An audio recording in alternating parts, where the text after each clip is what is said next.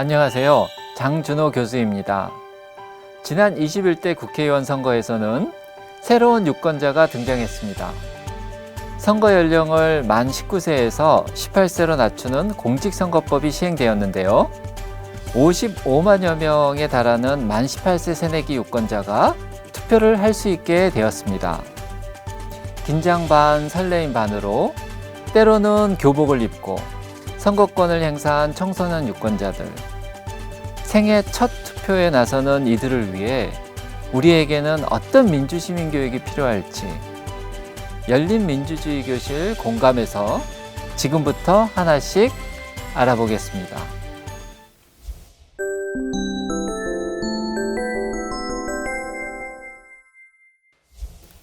오늘 함께 해주실 분들 소개합니다. 수택고등학교 승지홍 선생님 나오셨습니다. 예, 안녕하세요. 안녕하십니까? 네. 그리고 선거연수원의 문은영 교수님 나오셨습니다. 안녕하세요. 안녕하세요.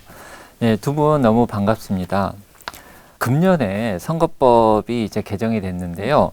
2020년 1월 14일 개정이 됐습니다. 그리고 선거일이 총선이 2020년 4월 15일이었는데요. 불과 3개월 동안 그 시간 동안 이제 새로운 유권자, 만 18세 유권자를 위한 다양한 어떤 교육과 홍보 같은 게 굉장히 필요했을 텐데요.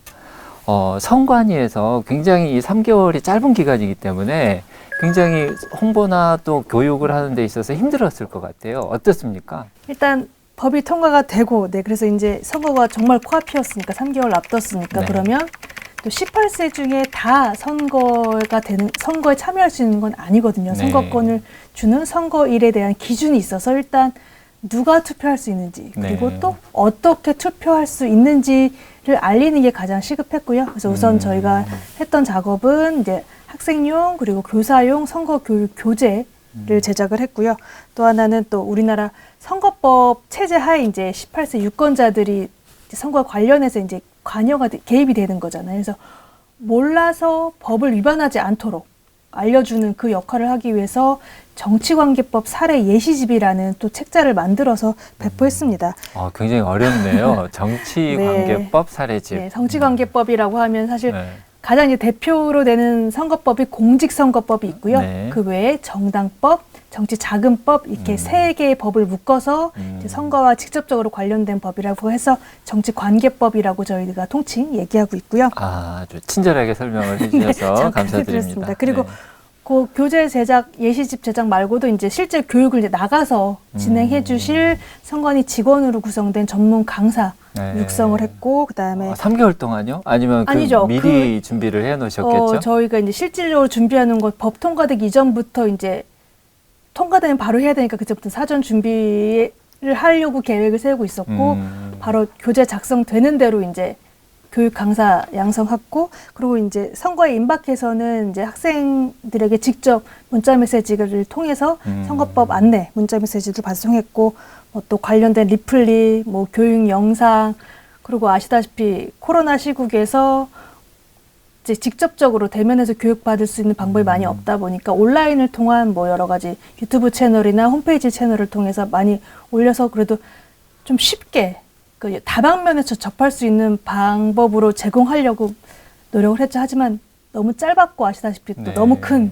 사건이 네. 있어서 제대로 전달되지 않았던 그런 측면도 있었죠. 그리고 최근에는 이제 국회의원 선거 끝나고 또 이제 2021년 재보궐선거에 또 참여해야 될 거고, 2022년에는 대통령 선거, 그리고 지방선거까지 치러져서 네. 그 내용들을 더 이렇게 보강한 내용의 선거교육 책자를 지금 재제작해서 배포하고 있습니다. 네.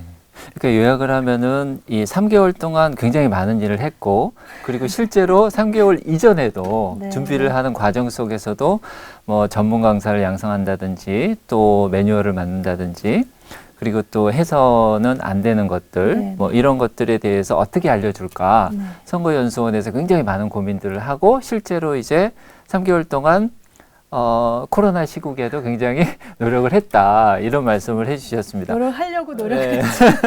왜냐면 제대로 이제 학생분들에게 전달이 안 된 것 같다고 판단이 네. 들기 때문에. 그 얘기는 이제 저희가 천천히 나중에 네. 해보도록 하겠습니다. 오늘 그 수택고등학교 이제 고등학교에서 선생님이 이제 나오셨는데 네네. 그 어쨌든 이제 우리가 선거법이 바뀌고 난 이후에 만 18세면 이제 선거 이제 투표가 이제 가능해졌는데 네네.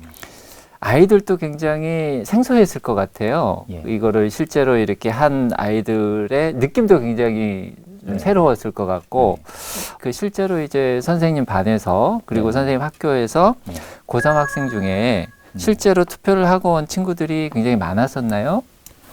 아, 그게 저희가 이번 18세 선거권이 확보가 되면서 선거 연령이 이제 하향됐잖아요. 하향되면서 새롭게 선거에 참여하게 된 고3 유권자가 약 14만 명 정도가 되거든요.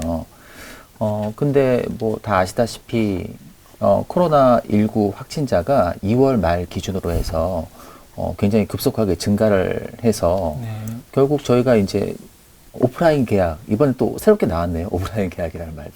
그 오프라인 계약이라는 계약을 못하고 온라인으로 저희가 계약을 할 수밖에 없는 네. 상황에서 아이들을 볼 수가 없었기 때문에 네.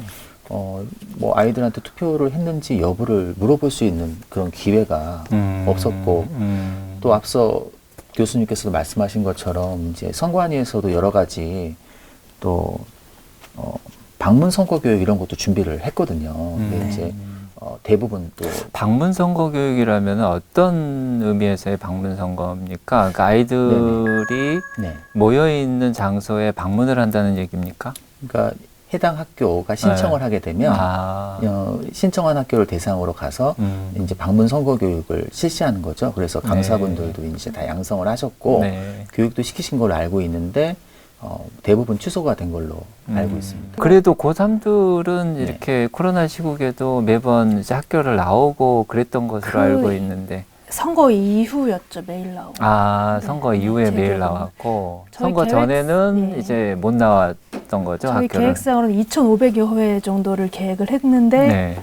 학교 대상으로 한 건, 그다음에 좀 학교 밖 뭐 청소년 지원센터에서 2건 진행했습니다. 학생들 대상. 학생들. 그러니까 얼마나 차이가 크겠습니까? 그러게요. 네, 계획했던 굉장히 것과.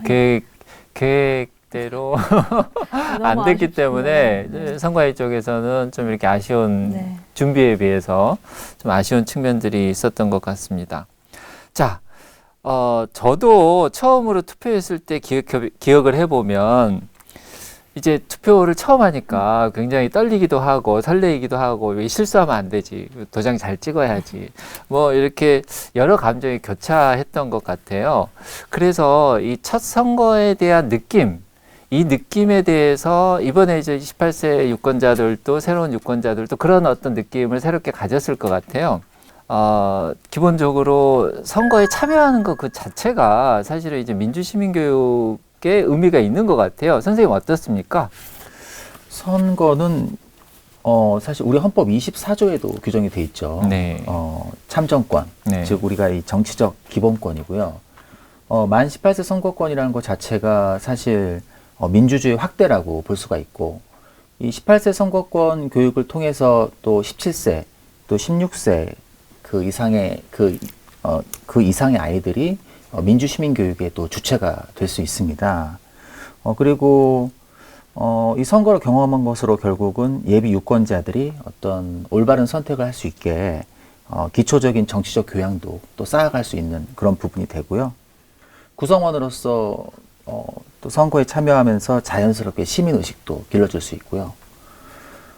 저는 또 강조하고 싶은 그런 단어가 있는데, 이 정치적 효능감이라는 단어가 있거든요. 그래서 자신의 정치적 행동이 이 실제 정치에 영향을 미칠 수 있다는 어떤 믿음이 커지게 되는 거죠. 그런 그 부분이 만약에 이렇게 네. 자기가 투표했던 사람이 당선이 안 되면 어떻게 되는 겁니까? 그때도 효능감이 생기는 겁니까? 그 효능감의 어떤 주관적인 그런 부분은 좀 차이가 있긴 하겠지만, 자기가 선거에 참여해서 자기가 원했던 사람을 뽑는 것 자체로 결과에 상관없이 내가 주권을 행사했다는 어떤 그런 느낌, 그런 뿌듯함은 분명히 있을 거라고 생각이 듭니다. 그러니까 내가 공동체의 일원으로서 네. 행동했다. 공동체가 나아갈 방향, 네. 그리고 공동체가 어떤 결정을 하는, 그러니까 공동체에 대해서 결정하는 사람을 내가 뽑는다. 네. 어떤 그 참여에 대한 그 즐거움이라 그럴까? 네. 뭐 이런 부분들이 분명히 있기 때문에 네. 투표 그 자체가 사실은 이 시민의식 향상에 굉장히 도움이 된다. 이런 말씀을 하신 거죠? 그렇죠. 투표를 하고 나왔을 때 그 느낌, 들어갔을 때 느낌하고 또 나왔을 때 느낌이, 나왔을 때 왠지 좀 그 뿌듯하면서 뭔가 내가 해낸 듯한 그런 느낌도 좀 들기도 하고, 교수님도 그런 생각? 저도 예. 첫 투표를 했을 때 그런 느낌을 좀 받았던 것 네네. 같아요. 아, 내가 공동체의 일원이구나. 네. 그런 이제 소속감 같은 거? 뭐 이런 느낌을 좀 받았던 것 같아요. 그 교수님 어떻습니까? 우리나라 유권자 교육 프로그램은 주로 어떻게 이루어지고 있나요? 저희 선거연수원에서 진행하고 있는 프로그램은 일단 초등학교, 중학교, 그다음에 고등학교 이렇게 좀 단계별로 구분해서 진행을 하고 있는데요. 네. 초등학교, 중학교 같은 경우는 아무래도 체험형 학습이 중심으로 되는 민주주의 선거교실 아니면 또 청소년 리더 연수 이런 프로그램을 통해서 특히 이제 학교에서 실질적으로 선거를 치르잖아요. 학교 선거 이런 것도 참여할 수 있는 능력, 그다음에 또 더 나아가서는 일단 기본적인 선거에 대한 중요성, 의미, 참여 이런 것을 조금 같이 알고 논의할 수 있는 그런 자리를 마련하고 있고요. 고등학생 같은 경우는 특히 이제 고3 끝날 즈음에 뭐 대학이나 사회를 진학하기 직전에 공직선거에 이제 실질적으로 참여를 해야 되잖아요. 그래서 공직선거에 대한 뭐 의미, 그 다음에 여러 가지 지식, 이런 경험을 쌓기 위한 과정을 진행하고 있었습니다. 그리고 또 이거 말고도 저희가 청소년들도 참여할 수 있고 일반 유권자들도 참여할 수 있는 유권자, 그리고 정치인들이 만나는 우리나라의 유일무이한 뭐 정치 페스티벌, 유권자 정치 페스티벌을 진행하고 있는데요. 아무래도 이번과 같은 시국에서는 직접 여러 사람들이 모일 수 있는 장보다는 온라인으로, 하지만 또 온라인이기 때문에 또 시공간 제약을 받지 않고 참여할 수 있는 기회가 되지 않을까 싶습니다. 네. 저도 과거에 그 유권자 정치 페스티벌을 가봤는데 굉장히 많은 사람들이 와서 참여를 하고 실제로 이렇게 체험하는 내용들이 굉장히 많은 거를 저도 이렇게 느꼈는데, 그게 그 스웨덴의 알메달린 축제를 이제 우리나라에서도 한번 해보자. 네, 우리식으로 한번 해보자. 변형시켜서, 예. 그게 앞으로 좀 잘 됐으면 좋겠습니다. 저희도 중점적으로 육성하고 싶은 페스티벌입니다. 그래요. 알겠습니다. 자, 이번 선거권 연령 하향은 2005년도 공직선거법 개정 이후에 15년 만에 이제 개정이 됐는데요. 만 19세에서 18세로 선거 연령이 이제 1세에 낮춰지게 된 겁니다. 자, 이 선거권 연령 하향에 대해서 꾸준히 이제 찬반 논의가 있었는데요. 중앙선거관리위원회에서 이 선거권 연령 확대를 제안했다고 이제 들었는데요. 뭐 거기에 대한 이유가 있었나요? 사실 법적으로 이미 18세가 되면 뭐 결혼도 할 수 있고 운전면허도 딸 수 있고 군대도 갈 수 있고 심지어 공무원도 될 수 있습니다. 근데 선거권만 없었던 거죠. 그리고 또 전 세계적으로도 200여 개 국가가 이미 18세의 18세에게 선거를 줬고 뭐 16세기까지 준 국가들도 있기도 하고요. 또 우리 많이 얘기하는 OECD 경제협력개발기구에서도 19세에게 선거권을 부여한 나라는 우리나라가 유일했습니다. 그리고 또 우리나라 사회의 전반적인 민주화 수준, 교육 수준 많이 향상됐다고 좀 평가받고 있고요.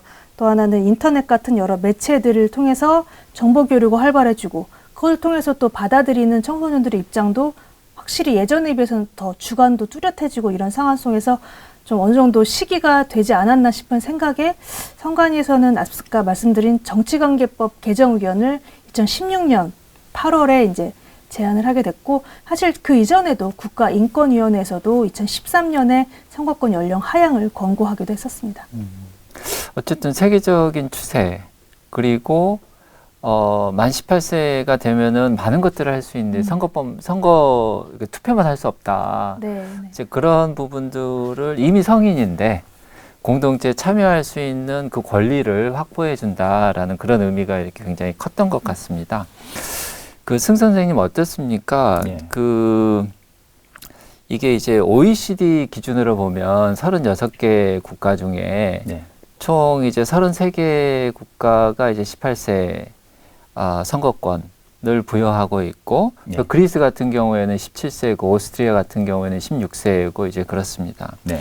근데 이 선생님께서 보시기에 네. 물론 이제 세계적인 추세도 있고 또 이 성인으로서의 어떤 권리 부여라는 그런 측면도 있지만은 학교 현장에서 아이들을 봤을 때 네. 이렇게 선거권의 연령이 하향되었을 때 네. 아이들의 삶 자체에는 어떤 의미가 있을까요?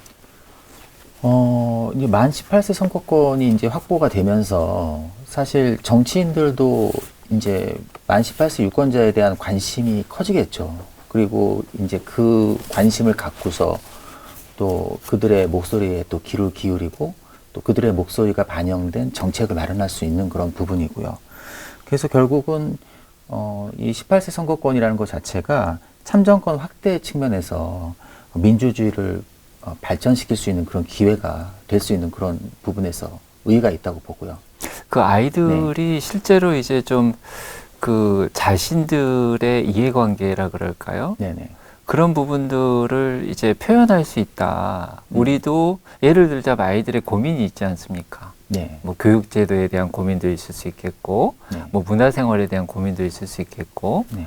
그리고 또 가정생활에 있어서의 고민도 있을 수 있겠고. 네. 근데 이제 그런 것들이 다 공동체의 공공의 사안인데, 지금 이제 그 18세 아이들이, 선거를 하게 됨으로써 자기의 어떤 생각들을 이 선거를 통해서 이렇게 표출할 수 있다. 네네. 라는 의미에서 어떤 세대에 대한 어떤 이해관계가 선거를 통해서 이렇게 반영될 수 있는 기회를 가진 거에 대한 나름대로의 어떤 기쁨, 네.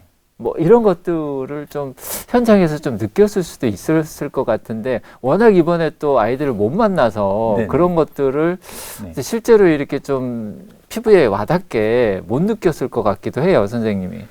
그래서 사실은 제가 가르치는 과목이 아무래도 그런 선거 관련이라든가 또 네. 정치 관련한 네. 내용들을 가르칠 수 있는 그런 과목인데 네.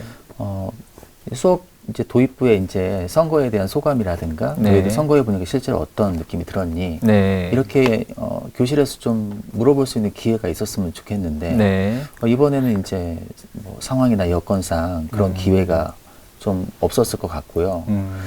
이제 뭐 나중에 등교했을 때 수업 시간에 좀 물어보긴 했어요. 아, 네, 어땠습니까? 그래서 좀 얘기를 좀 아이들이- 해주셔야죠. 네, 근데 뭐 생일이 좀 4월 16일 네. 이전에 태어난 학생들만 참여할 수 있었기 때문에 생일이 좀 이른 학생들이 참여했었고 소수의 아이들이 참여를 했는데요. 뭐 대체적으로는 그냥 얼떨결했는데 들어갈 네. 때는 얼떨결했는데 막상 이제 투표를 하니까 투표 끝나고 좀 보람이 느껴지더라. 그리고 평소에 안 봤던 이 개표 방송을 좀 지켜보게 되더라. 아, 개표 방송을 지켜보게 됐다. 왜냐하면 자기가 이제 투표를 한 게 이제 사표가 되는지 네. 아닌지 이런 부분도 좀 궁금하고 네. 뽑은 사람이 당선이 됐는지 이런 부분도 궁금해서 투표를 하고 나온 학생들은 확실히 좀 이전보다 선거나 투표에 대한 관심들이 높아진 것 같습니다. 아이들은 투표를 할 때 뭘 기준으로 해서 이렇게 투표를 했을까요? 혹시 이렇게 좀 얘기를 나눠보셨나요?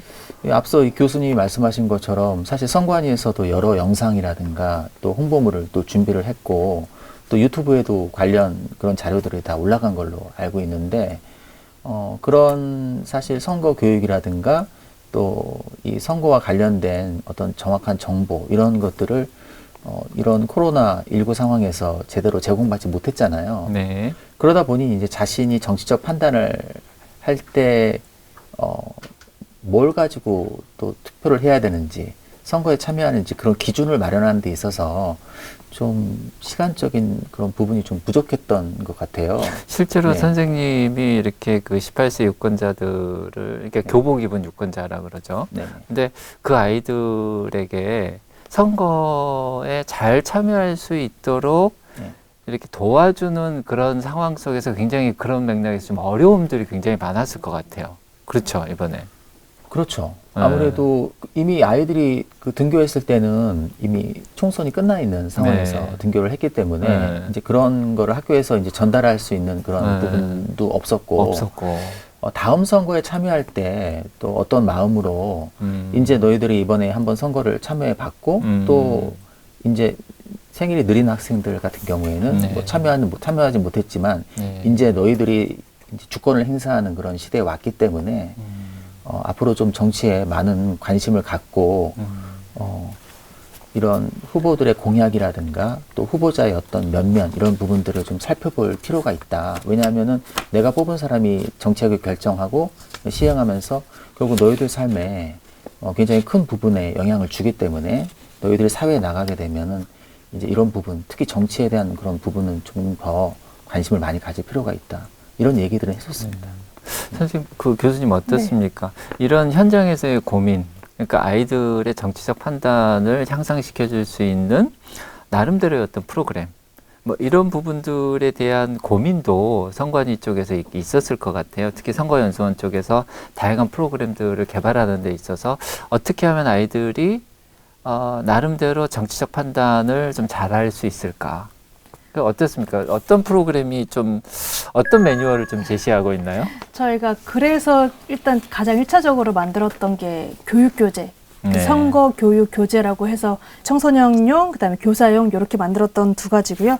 그래서 학생들이 궁금해하는 사항, 그리고 또 선거에 관해서 알아야 될 사항 이렇게 정리를 해봤고요. 그래서 저희가 생각하는 선거 교육 기본 방향을 한 4가지로 생각을 해봤어요. 그래서 네. 가장 먼저는 뭐 편향성에 빠지지 않도록 자기 기준을 가지고 판단할 수 있도록 하는 정치적 중립성, 그 다음에 그 정치적 중립성을 지켜나가기 위해서 가능한 한 다양하고 많은 시각을 접할 수 있도록 하는 다양성과 또 다양성에 그치는 것이 아니라 한 곳에 매몰되지 않도록 균형성을 맞춰주는 것, 정보에 있어서. 그리고 또 그 안에서 결국 우리가 해야 될 거는 참여잖아요. 가치의 중요성. 그리고 마지막으로 이제 뭐 나중에 또 얘기하겠지만 건전한 선거 문화가 정착되기 위한 여러 가지 공정성을 방향으로 삼았고요. 그래서 그것을 실천하기 위한 내용으로서는 첫 번째, 기본적으로 선거가 뭐고 어떤 선거가 치러지고 어떤 사람을 뽑아야 되는지를 알고 시작해야 되니까 그 기본 지식에 관한 제도에 대한 이해. 그러니까 첫 번째고, 네. 그다음에 그 정보를 어떻게 습득을 하고 그 정보를 가지고 어떻게 판단해야 될지에 관한 그 활용 방법. 네. 세 번째는 그것을 습득하고 이해하고 내 것으로 받아들이기 위해서 또 다른 사람과 어떻게 소통하고 토론해야 되는지에 관한 그 소양이라고 하는 뭐 기본 네. 교양이라고 할 수 네. 있는 그 자세들, 그리고 그것을 통해서 결국 완성돼야 될 것은 바람직한 선거 문화겠죠. 우리나라를 결정짓는 여러 가지 선택을 하는 게 선거니까요. 네. 네. 그것은 다 맞고, 이 이외에도 구체적으로는 일단 그러면 아까 말씀하신 대로 그러면 18세 중에 며칠 출생자까지 선거에 네. 참여할 수 있는지, 네. 선거권에 관한 연령 기준, 또 선거권이 있는 사람이 선거 운동을 할 수 있는데 선거 운동을 할 수 있는 생일하고 실제 선거를 할 수 있는 그 연령간의 차이가 있거든요. 네. 왜냐하면 선거 운동을 할 수 있을 때 이미 그 선거에 관한 연령이 지나야 되기 때문에 네. 약간 차이가 있는 그런 여러 가지 차이들. 그러면 선거 운동을 할 수 있을 때 어디까지 청소년이 또 할 수 있는지,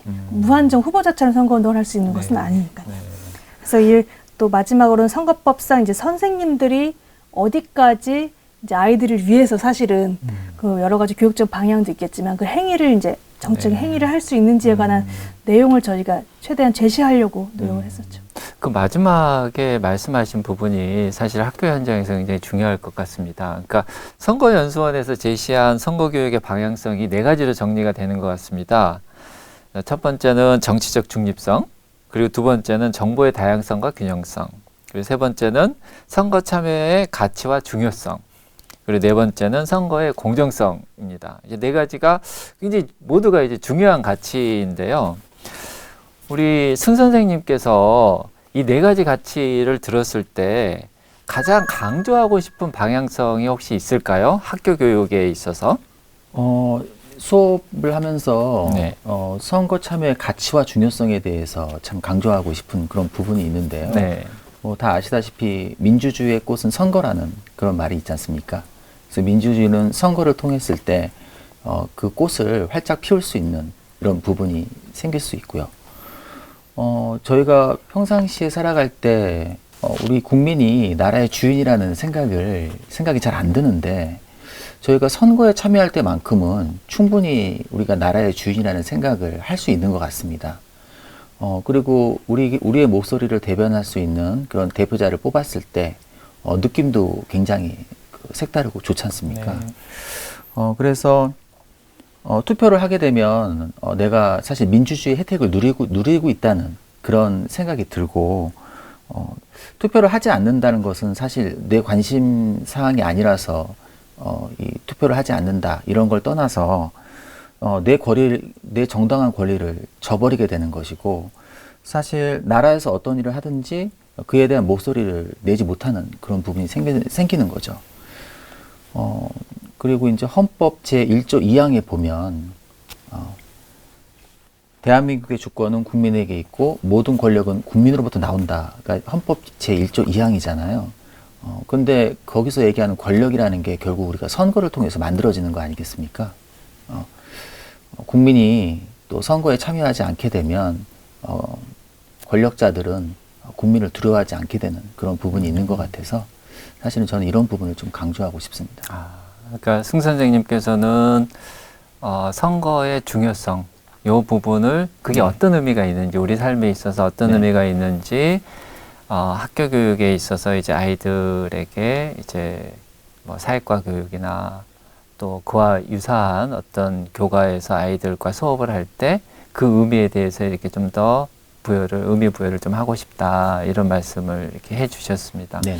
근데 문 교수님이 보시기에는 어떻습니까? 직접 이렇게 선거연수원에서 여러 가지 프로그램들을 만들다가 보면 이 네 가지의 가치가 나름대로 이렇게 다 스며들 것 같아요. 스며들 것 같은데 제가 보기에 어떤 선거의 중립성이라고 할까요? 이런 중립성을 잘 지켜내기 위해서는 뭔가 다른 어떤 뒷받침할 수 있는 가치들이 필요한 것 같아요. 여기서 제시하고 있는 예를 들자면 뭐 다양성이랄까? 다양성과 뭐 균형성?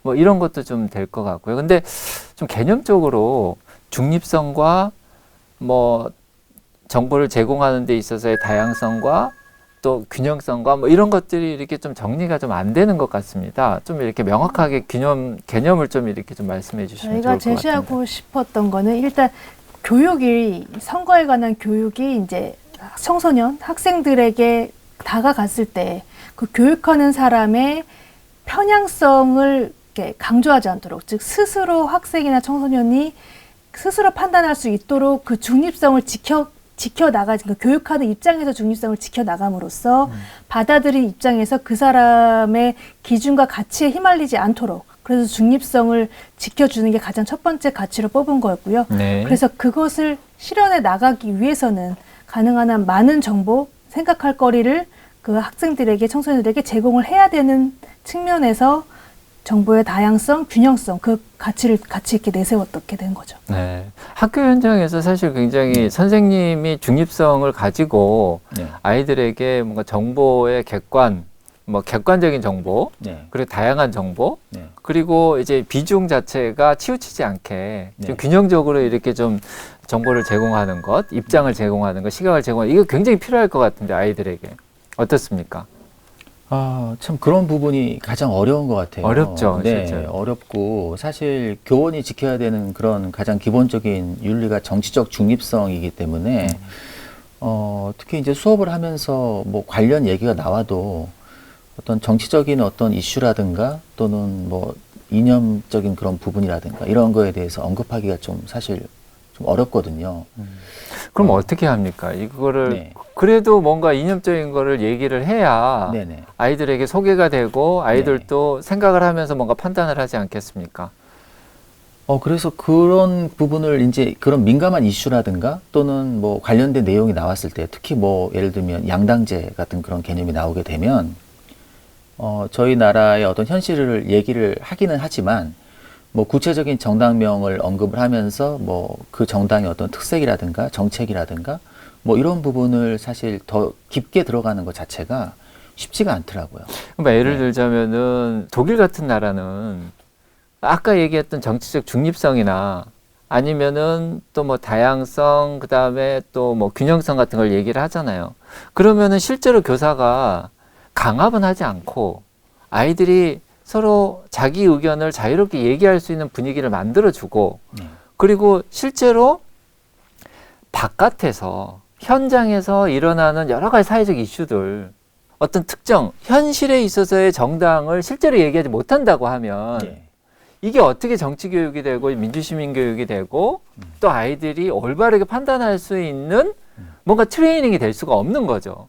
그거는 그냥 이론적으로 내지는 아이들에게 그냥 피상적으로 정치에 대한 뭔가 지식적인 것만 전달할 뿐이지 네네. 실제로 아이들의 역량, 참여할 수 있는 역량과 현실에 대한 민감도 있잖아요. 이런 부분들을 실제로 길러주기에는 굉장히 어렵다. 그런 판단이 들어서 네. 이 부분이 극복이 안 되면 계속해서 민원이 들어오면은 민주시민교육 못한다. 학교 현장에서. 그렇게밖에 못 나오죠. 어떻습니까? 저는 그런 것 같아요. 요즘 학생들이 유튜브라든가 미디어에 굉장히 익숙해 있잖아요. 네. 그래서 그러니까 민주시민 교육을 위해서는 어렸을 때부터 저희가 다양한 청소년 관련 교양 정치 프로그램 이런 것들을 좀 아이들이 보고 자랄 수 있도록 해야 되고 그런 것들도 학교에서 이제 뭐 또 볼 수 있는 그런 기회들도 좀 많아졌으면 좋겠고 뭐 선관위에서도 또는 선거연수원에서도 실질적으로 저희가 사실 정치적 중립성을 지키면서 학교에서 활용 가능한 다양한 선거 자료들 이런 것들을 개발해 좀 나가야죠. 예, 좀 재미있는 선거 자료들을 좀 개발을 해주시면 아이들이 또 좀 즐겁게 기쁜 마음으로 정치에 참여할 수 있는 그런 좀 기회가 많아지지 않을까. 저는 좀 희망을 갖는 게 네. 이게 우리의 교육이 네, 나름대로 이제 그 교육 과정도 여러 가지 바뀌면서 그러니까 아이들이 그 나름대로 창의적 사고와 비판적 사고와 성찰적 사고를 할 수 있게끔 교육 과정이 2015 교육 과정도 바뀌고 네. 그래서 이제 나름대로 아이들이 뭔가 객관적인 것, 뭔가 이렇게 자기가 판단 기준을 마련했을 거라는 희망은 가져요. 그렇지만 방금 전에 선생님이 말씀하신 것처럼 너무 이렇게 그 매체에 노출이 되어 있고 그 매체에서 생산되는 네, 그 정보들을 필터링하거나 네, 아니면은 정리하고 성찰하면서 자기 나름대로의 어떤 판단을 하는 그런 능력 같은 경우에는 아이들이 네. 좀 부족하다. 네, 이제 이런 말씀이신 거잖아요. 네, 그렇죠. 그렇죠. 선거 관련해서 다양한 정보 또 제공을 해야 되고 그리고 그런 정보를 획득할 수 있는 방법을 또 선관위에서도 좀 더 연구를 하고요.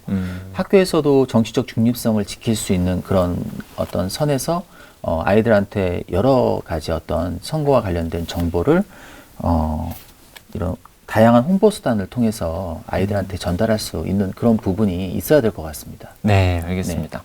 그 잠깐 저희들이 좀 시각을 바꿔서 그 이번에 이제 그 18세 유권자들 새롭게 이제 그 약 55만여 명 정도 된다고 제가 이렇게 들었는데 그 이제 새로운 유권자들이 실제로 이제 투표를 하는 데 있어서 약간 이제 좀 불안했던 부분들도 있었을 것 같아요. 그러니까는 내가 투표를 어떻게 해야 되는지, 그리고 실제로 정치에 적극적인 아이들도 있을 수 있겠고, 그 다음에 좀 이렇게 정치를 회피하거나 좀 싫어하는 아이들도 있고, 뭐 그래서 전반적으로 이 선거에 대해서 굉장히 아이들이 조심스러웠을 것 같다는 생각도 들어요. 근데 실제로 이제 아이들이 선거에서 뭘 해야 되고 하지 말아야 되는지 여기에 대해서 물론 선관위 쪽에서 명확하게 얘기를 했지만 앞으로 이제 그런 어떤 선거 관련해서 뭐 해야 될 것, 하지 말아야 될 것 이런 거에 대한 어떤 뭐 입법 보완이랄까? 뭐 이런 부분 네. 계획이 혹시 있으신지요? 네, 사실 이번 선거법이 개정되면서 19세에서 18세로 딱 고조분만 개정이 됐지 뭐 연결될 수 있는 여러 가지 이제 선거운동 할 수 있는 일과 할 수 없는 것과 관련된 조문들이 세트 메뉴로 개정되지가 않았거든요. 그래서 어떻게 보면은 일종의 좀 그런 측면에서는 법적 공백이 사실은 있는 상태였다고도 평가할 수가 있는데, 그래서 지금 뭐 어디까지 사실 선거법상에서 학교가 선거운동이 금지된 장소가 아니거든요.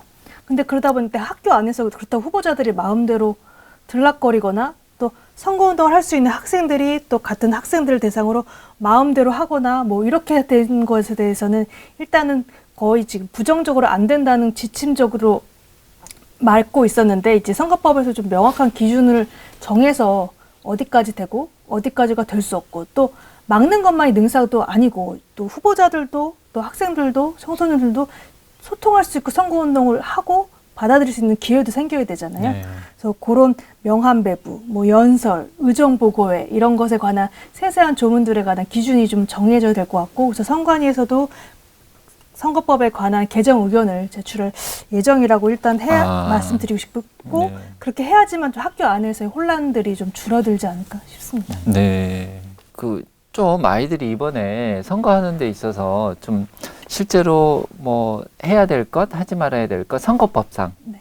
뭐 이런 거에 대한 어떤 신뢰 같은 거 좀 하나 재밌는 거 있으면 좀 들어주시겠어요? 사실 저희가 가장 많이 우려했던 거는 그 투표소에 처음 가서 얼마나 뿌듯하겠어요. 자기가 도장 찍고 뭐 이렇게 됐으니까. 그래서 인증샷 요새 많이 올리잖아요. SNS 다들 많이 갖고 있으니까. 그래서 그 인증샷을 찍는 문제와 관련해서 위반 사례가 나올까 봐 걱정을 많이 해서 네. 특히 그 측면에서 홍보를 많이 했는데 다행히 이번 선거에서는 청소년 관련 선거법 위반 사례는 한 건도 나오지 않았고요. 사실 학교에 가지 않았기 때문에 그랬던 측면도 있고 좀 인증샷 같은 경우는 투표소 밖에 찍는 걸로 저희가 기준으로 하고 있고요. 기표소 안에서 특히 찍거나 이러면 뭐 비밀 투표의 원칙이나 이렇게 비밀 선거의 원칙이 위배될 수 있기 때문에 금지하고 있습니다. 또 하나는 이제 학교 안에서 학생들이 선거권이 있는 학생들이 선거 운동을 하고 싶을 수도 있잖아요.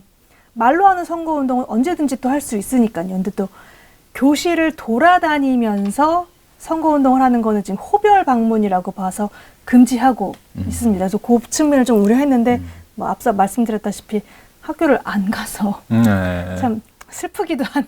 이번에 한 사실이죠. 건도 없었죠. 네, 그게 네. 다행인데. 불법 사례가 한 건도 네, 없었죠. 네, 네, 지금. 다행인데 네. 조금 슬픈 현실이지 않았나 싶습니다. 그래서 저희 나름대로는 아까 말씀드렸다시피 문자 메시지도 선거일 전에 발송을 했고요.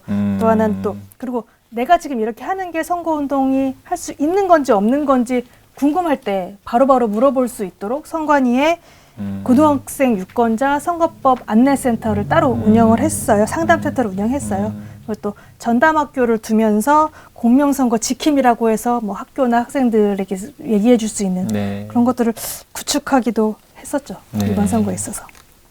그 선생님께서도 네. 좀 이번에 그 선거법이 좀 바뀌면서 네. 특별히 이제 뭐 학교 현장뿐만이 아니라 선관위 쪽에 좀 요청하실 수 있는 부분 뭐 이런 부분에 있어서 좀 홍보를 좀 강화해 줬으면 좋겠다. 예.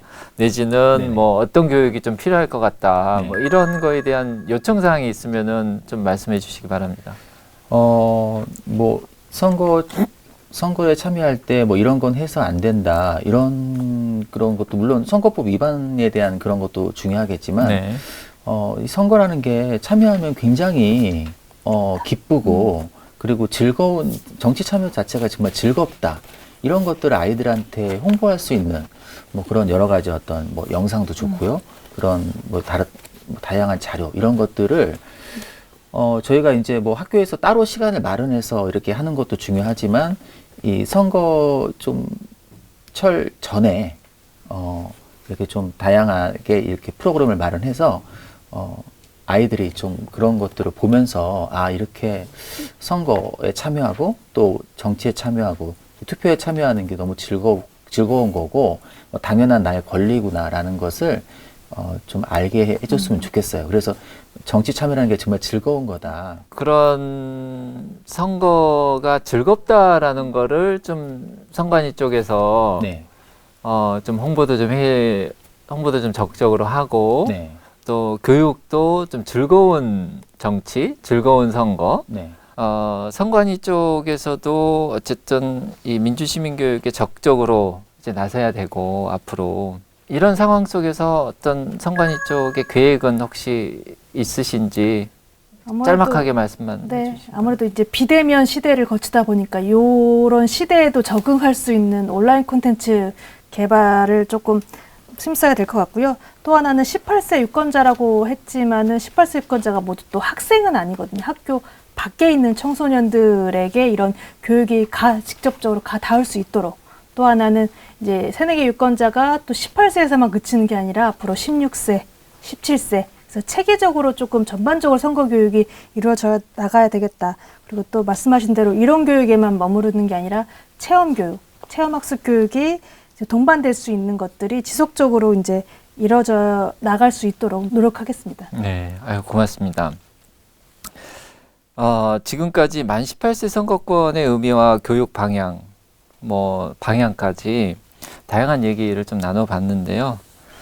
우리 승 선생님께서 말씀하신 것처럼 선거는 이제 민주주의 사회에서 핵심적인 시민들의 이제 권리이기도 하고, 그래서 어쨌든 굉장히 오늘 18세 선거권 유권자들에 대해서 얘기를 나눠봤는데, 실제로 우리들이 앞으로 교실 현장이나 중앙선거관리위원회에서 해야 되는 것들이 되게 많은 것 같아요.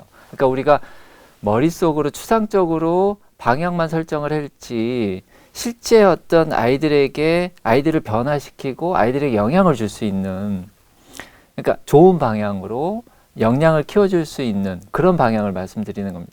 이런 방향으로 실제로 하는 것들은 굉장히 부족하다, 지금 현재. 그래서 현장과 학교 현장과 선관위 쪽에서 좀 더 이렇게 관심을 갖고 앞으로 이제 남은 계속해서 선거가 있을 거니까 18세 유권자들이 좀 더 좋은 선택, 정치적 판단을 할 수 있게끔 그런 역량을 키워줄 수 있는 교육과 또 관심들을 가졌으면 좋겠습니다. 자, 오늘 굉장히 좋은 얘기 두 분과 같이 나눴는데요. 감사드립니다. 네. 감사합니다. 감사합니다.